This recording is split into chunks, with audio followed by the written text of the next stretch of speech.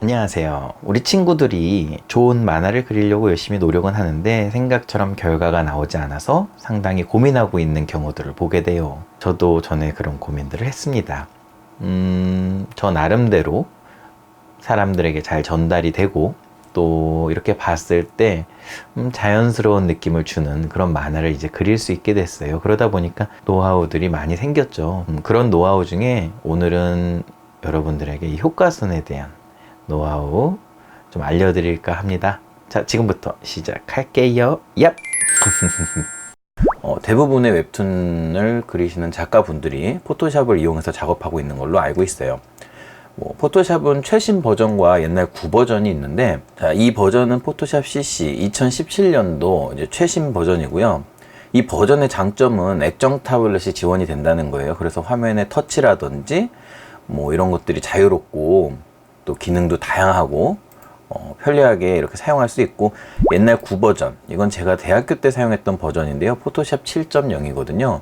이 버전은 굉장히 속도가 빠르고 간편하고 단순하고 또 이런 장점이 있어요. 그래서 저 같은 경우에는 좀 속도가 느린 최신 포토샵보다는 이렇게 화면이 심플하고 또 빠르게 작업이 되는 이제 구형 포토샵을 이렇게 많이 활용하고 있고요. 때에 따라서 거기 용도에 맞는 포토샵을 이용하고 있어요. 자, 먼저 카카오툰을 제가 액정 타블렛을 이용해서 이렇게 그려놨어요. 지금 보면은 화면에 말풍선은 있는데 말풍선 속에 글도 없고 또 효과선 같은 것들이 들어있지 않죠. 자, 그럼 효과선도 제가 인터넷을 통해서 효과선 이렇게 검색했더니 여러 가지 파일들이 있길래 다운받아 놨어요. 근데 주의할 점은 너무 해상도가 낮으면 이 효과선을, 여기 보면 효과선들이 보이시죠? 해상도가 너무 낮으면 이걸 내 원고에 갖다가 붙였을 때 상당히 깨짐이 심하겠죠. 그래서 적절히 해상도가 좀 높은 이런 효과선들을 구해야 되고, 갑자기 원고를 그릴 때 구하기보다는 평상시에 한두 개씩 이렇게 검색하다 보면은 좋은 소스들이 있거든요. 그런 거 가지고 있다가 활용하시면 돼요. 먼저 여기 보면은 이 내용이 주머니에서 갑자기 간식이 나오는 그런 내용이에요. 그래서 주머니에 간식이 있네 하는 요 장면, 요 두 번째 장면에 효과선을 넣어 보겠습니다. 자, 이렇게 효과선을 넣으면 지금 이 칸에다가 이렇게 컨트롤 T라는 버튼을 누르면 형태를 자유자재로 조절할 수 있는데요. 갖다가 맞추면 돼요. 맞춘 다음에 엔터를 치면 딱 맞게 들어가죠. 이 상태에서 글씨 칠 공간에는 저 효과선이 들어가면 안 되잖아요. 레이어가 지금 1번은 만화고 위에 2번이 효과선 레이어인데요. 1번에 가서 이 마법 지팡이 툴이라는 게 있어요. 이 마법 지팡이 툴로 노란색, 그리고 한 번 누르면 하나밖에 클릭이 안 되기 때문에 샤프트를 누르면 클릭을 추가할 수 있거든요. 그럼 여기도 노란색, 샤프트 누른 상태에서 여기도 노란색 한 다음에 레이어 2번을 지워야 되잖아요. 2번으로 와서 딜리트 키를 지워주게 되면 이렇게 글을 쓸 수 있는 공간이 비게 돼요. 자, 여기도 효과선을 이렇게 가져와서 컨트롤 T를 이용해서 효과선을 이 만화의 칸 모양에 맞춰줍니다. 맞춰주고 좀 늘려주고 하면은 이렇게 맞춰지겠죠. 마찬가지로 여기에서도 레이어 1로 지금 와서, 레이어 1이 지금 만화 원고잖아요. 원고에서 마법 지팡이 툴을 써야 여기 같은 노란색끼리 이게 다 선택이 돼요. 그래서 노란색 클릭하면 여기 동그라미 쳐진 거 보이시죠? 자, 여기 동그라미가 깜빡거리고 있습니다. 자, 그 옆에 샤프트를 누른 상태에서 그냥 누르면 이 동그라미가 사라지기 때문에 추가하기 위해선 샤프트를 누른 상태에서 얘도 클릭, 얘도 클릭해주고, 여기 글이 들어갈 공간이에요. 이 부분도 클릭해주게 되면 지금 레이어 1에 이 공간에 지금 깜빡 하고 있어요. 그 상태에서 우리가 지워야 될 게 이 레이어 3번에 있는 효과선을 지워줘야 돼요. 그래서 레이어 3번을 눌러주고 딜리트 키를 눌러주면 이렇게 효과선이 말풍선에 잘 들어가게 됩니다. 여기 아이들이 제 가방에 있는 간식들을 발견했어요. 그래서 아빠 저 간식은 뭐예요? 라고 물어보는 장면인데, 또 효과선을 가져와서 이 효과선을 컨트롤 T를 누른 후에 이렇게 칸에다 또 맞춰줘요. 한꺼번에 맞춰도 되지만 가로를 먼저 이렇게 맞춰주고 걔를 옆으로 늘려서 세로를 이렇게 맞춰주는 것도 좋은 방법이에요. 근데 지금 보면 가방이 주인공이잖아요. 그렇죠? 가방이 주인공인 경우에는 이런 식으로 해서 가방이 화면 이 효과선의 가운데로 들어올 수 있도록 이렇게 해줘야 되겠죠. 이렇게 늘려줍니다. 지금 사용하고 있는 소스는 크기가 좀 커서 좀 변형을 해도 깨지거나 하지 않아요. 레이어 4번인데 일단 칸 밖에 있는 효과선들은 이렇게 드래그를 해준 후에 좀 지워주고요. 마찬가지로 레이어 1번에 보면은 지금 말풍선 안에 지금 선이 들어가 있잖아요. 이 선을 없애기 위해서 마법 지팡이 툴을 누르고 레이어 1번을 누르고 클릭, 또 샤프트 누르고 클릭한 다음에 우리가 없애야 되는 건 레이어 4번에 있는 효과선의 일부예요. 그래서 레이어 4번을 클릭하고 딜리트 키를 눌러주고, 또 여기도 있네. 레이어 1번에 여기 아래 파란 부분 다시 레이어 4번으로 가서 딜리트 키를 누르주면 이렇게 글씨를 쓸 공간이 충분히 들어가게 됩니다. 또 어떤 효과선은 이렇게 진하게 들어가는 효과선도 있고 약간 뭐라고 해야 돼? 이렇게 흐리게 들어간 효과선들이 있어요. 지금 같은 경우에 효과선이 캐릭터를 굉장히 많이 이렇게 가리게 되잖아요. 이런 경우에는 효과선을 좀 밝게 넣어주는 것도 방법이에요. 레이어 4번이 효과선인데 레이어 4번을 선택한 상태에서 컨트롤 U를 눌러주면 색조 채도라는 게 나와요. 컨트롤 U예요. 컨트롤 U.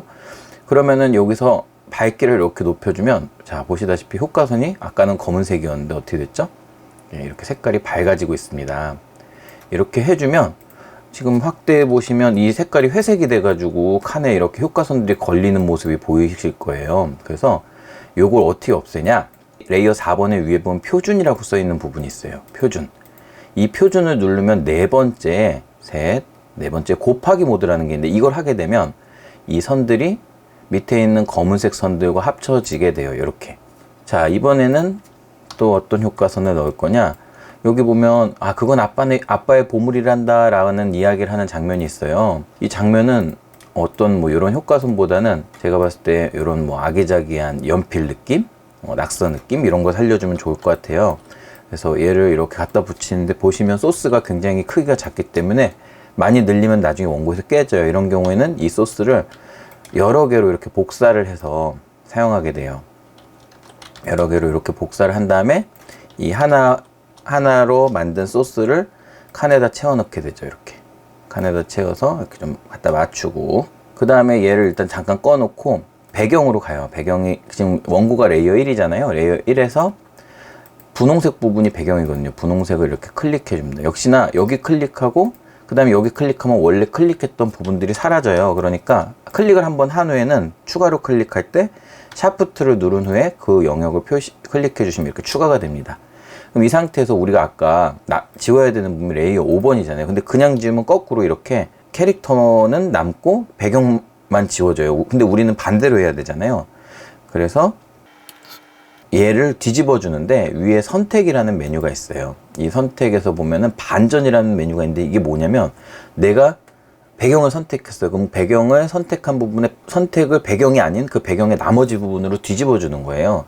그러니까 반대로 뒤집어 주는 거예요. 반전하게 되면 이제는 아까는 배경이 선택됐지만 이제는 캐릭터와 말풍선이 선택된 상태가 돼요.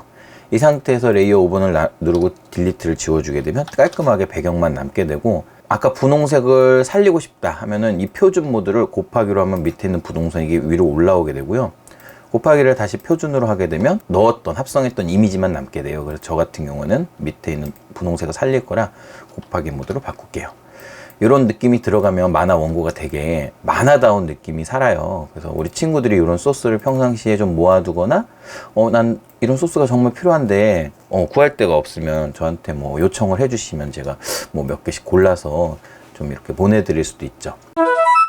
자, 이렇게 제가 집중해주는 효과선이라든지 또 이런 연필 자국, 연필 낙서 자국, 또 맨 밑에는 땡땡이 무늬 같은 걸 넣어서 아까보다 훨씬 더 생생하고 움직임이 느껴지는 그런 만화 원고를 만들었는데요.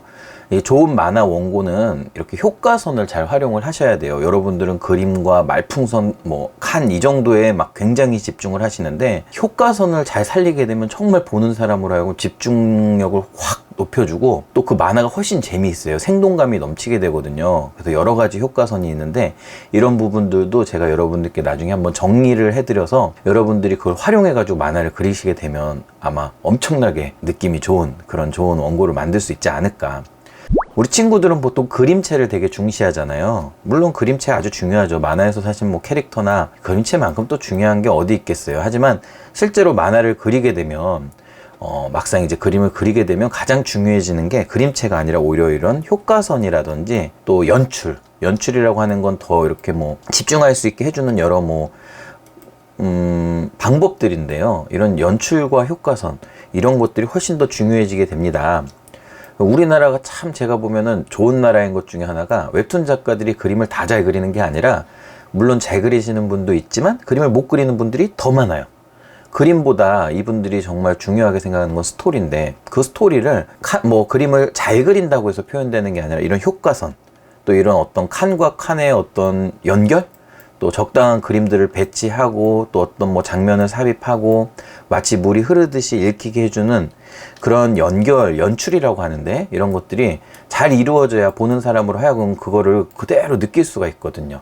우리 친구들이 너무나 뭐 예쁜 그림에 많이 열망하시지만 정말 내가 이런 쪽에 일을 하고 싶다 하는 친구들은 지금부터 연출이라든지 효과선 같은 이런 것들에 신경을 많이 쓰셨으면 좋겠어요. 여러 가지 도구들이 있지만 포토샵이 참 좋은 도구예요. 또 쉽게 구할 수 있고 뭐 오래된 버전들은 더더욱 그렇고요. 우리 친구들이 결국에는 나중에 어른이 되고도 이런 그림 그린 일을 한다 아니면 웹툰을 그린다 뭐 디자인을 한다 편집을 한다 하면은 어쩔 수 없이 우리 친구들이 뭐 사이툴이나 클립 스튜디오, 매디방 이런 프로그램들을 사용할 수가 없어요.